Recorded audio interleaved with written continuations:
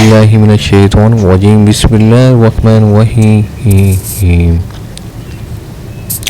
اللهم صل على محمد وعلى آل محمد كما صليت على إبراهيم وعلى آل إبراهيم إنك حميد مجيد اللهم بارك على محمد وعلى آل محمد كما باركت على إبراهيم وعلى آل إبراهيم إنك حميد مجيد۔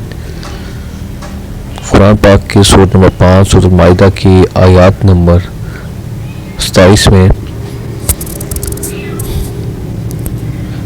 تلاوت وَاتْلُوا عَلَيْهِمْ نَبَأَ ابْنَاءِ آدَمَ بِالْحَقِّ إِذْ قَرَّبَا قُرْبَانًا وَتُقُبِّلَ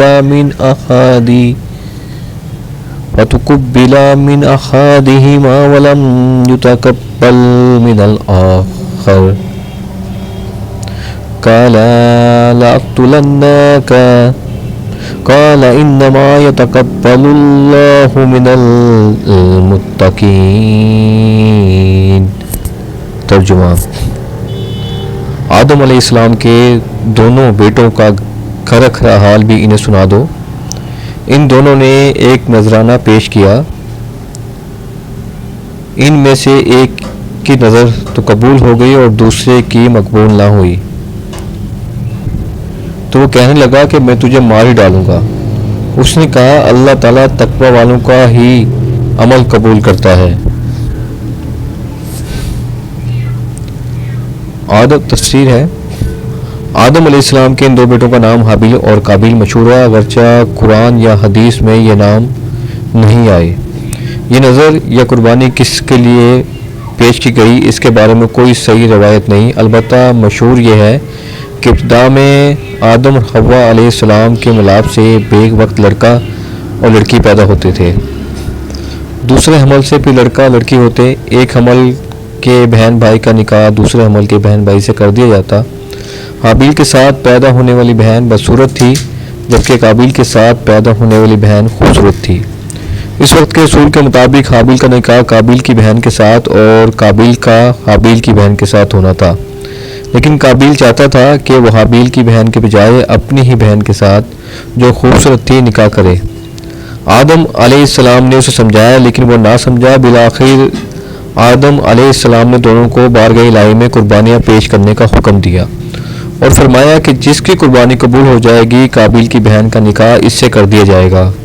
حابیل کی قربانی قبول ہو گئی، یعنی آسمان سے آگ آئی اور سکھا گئی جو اس کے قبول ہونے کی دلیل تھی، لیکن جیسے کہ بتایا گیا یہ بات ثابت نہیں ہے۔ اوپر کی آیات میں یہ بیان فرمایا تھا کہ مخالفین ہر طرح سے مسلمانوں پر مصائب و شدائد لانا چاہتے ہیں، جیسا کہ جب کچھ لوگوں نے ارادہ کیا کہ تمہاری طرف اپنے ہاتھ بڑھائیں، مگر اللہ تعالیٰ اپنے فضل و کرم سے مسلمانوں کی حفاظت فرما رہا ہے۔ اس کے بعد رسول اللہ اکرم صلی اللہ علیہ وآلہ وسلم کو تسلی دینے کے لیے کچھ واقعات بیان فرمائے جن سے ثابت کرنا مقصود ہے کہ جس شخص کو بھی اللہ تعالیٰ نے دینی اور دنیاوی نعمتوں سے نوازا ہے لوگ اس سے ہمیشہ حسد بغض سے پیش آتے رہے۔ چنانچہ یہود نصارہ کی مخالفت بھی ان کی سرکشی اور بغض و حسد پر منبی ہے، لہٰذا ان پر افسوس و غم نہ کیجیے۔ اب یہاں آدم علیہ السلام کے دو بیٹوں کا قصہ بیان کیا جو اسی سلسلے کی ایک کڑی ہے، کیونکہ ایک بھائی کا دوسرے کو قتل کرنا حسد کی بنا پر تھا۔ الغرض ان تمام واقعات سے آپ صلی اللہ علیہ وسلم کو تسلی دینا مقصود ہے، اور ہو سکتا ہے کہ بتانا مقصود ہو کہ یہود اپنے گمان میں اللہ تعالیٰ کے محبوب ہونے کا دعویٰ کرتے ہیں، کہتے ہیں، اور انبیاء کی اولاد ہونے پر ان کو فخر ہے، مگر کفر اور حسد اور عناد کے ساتھ یہ نسبی شرف ان کے لیے مفید نہیں ہو سکتا۔ آدم علیہ السلام کے دو بیٹوں کا قصہ اس پر شاہد ہے۔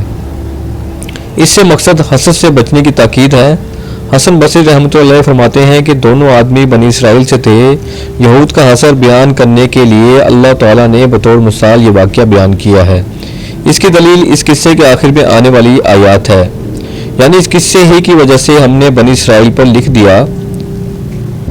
آپ صلی اللہ علیہ وآلہ وسلم نے فرمایا جو شخص بھی ظلم سے قتل کیا جاتا ہے قاتل کے ساتھ اس کے خون ناحق کا بوجھ آدم علیہ السلام کے پہلے بیٹے پر بھی ہوتا ہے، کیونکہ وہ پہلا شخص تھا جس نے قتل کا کام شروع کیا۔ یعنی تم بھی اگر اللہ کی نافرمانی سے بچتے اور اللہ سے ڈرتے تو تمہاری قربانی بھی قبول ہو جاتی. جزاک اللہ. والسلام.